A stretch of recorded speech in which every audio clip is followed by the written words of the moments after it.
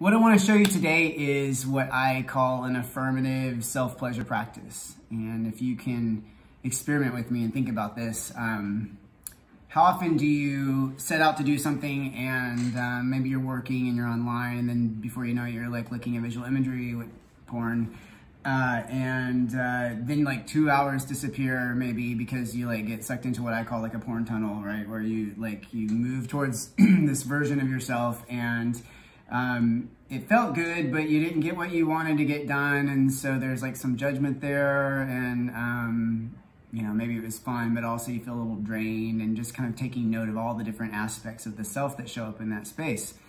Often, you know, I have this idea that that's not like you wasted time, you didn't like fuck off. It's not about that. It's kind of, to me, more about your body needs pleasure. Your body needs to access parts of yourself that are really important. And when I often pitch to some of the guys that I work with that they set aside, let's say, like 2 hours on a Saturday to play with themselves and to explore their bodies, it's like, why would I schedule in masturbation, or why would I put time on my schedule for that? And I'm saying because it matters, because it like really demonstrates this sense of like autonomy and sovereignty, and that pleasure is like a really important part of your day and a need.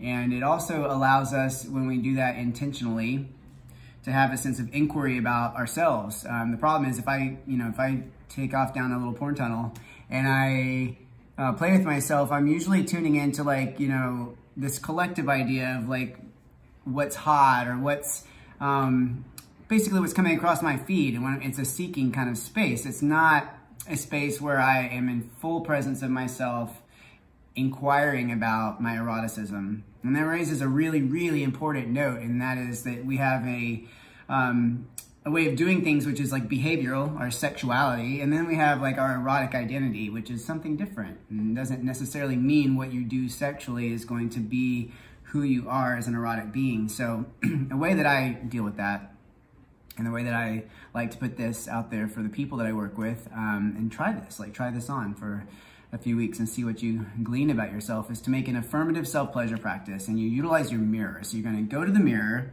and instead of, you know, like allowing it to be reactive where porn comes up on you and you just lose your day, you know, be like, okay, I'm gonna set aside a couple of hours to look at myself in the mirror, to touch my body, to explore all the things that I think about myself, to explore what I call like the trash that we hold inside about ourselves, burn through that. And we're often going to the mirror, you know, to fix something. It's like fixing the brushing, fixing hair.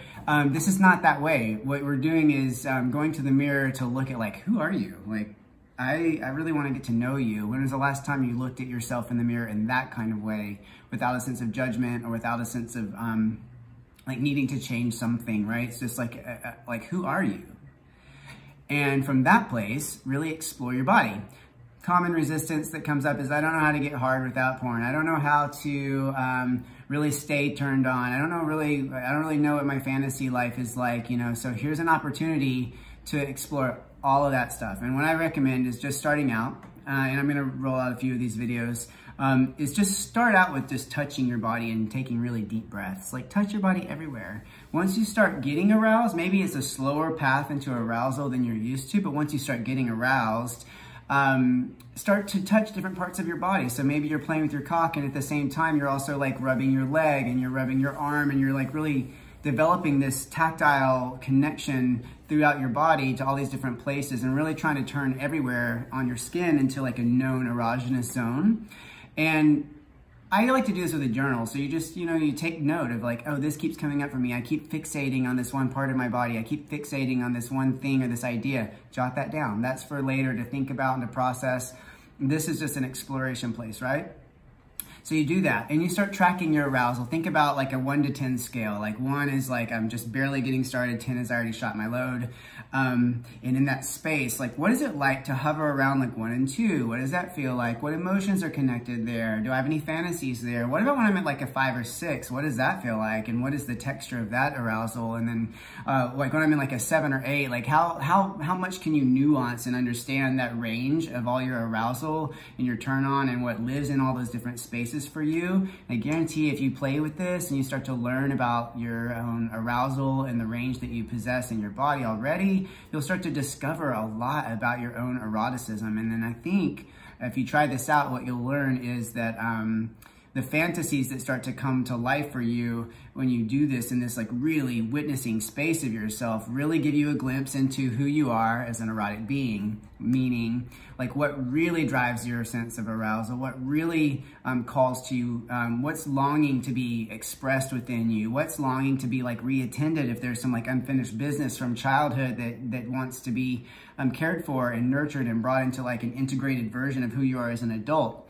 And from this place, this like little self-practice, like a window or a lens, we can start to really develop an understanding what that is. And that drastically it can augment your connections with other people. And especially right now while we're in this internal kind of space where we're socially distancing or physically distancing from other people, we have the opportunity to look at ourselves in a whole new way. So try that out. Shoot me an email. Let me know if you have any questions. I'd love to engage with you if you have any kind of questions or if you want to do any kind of follow-up work about any of this.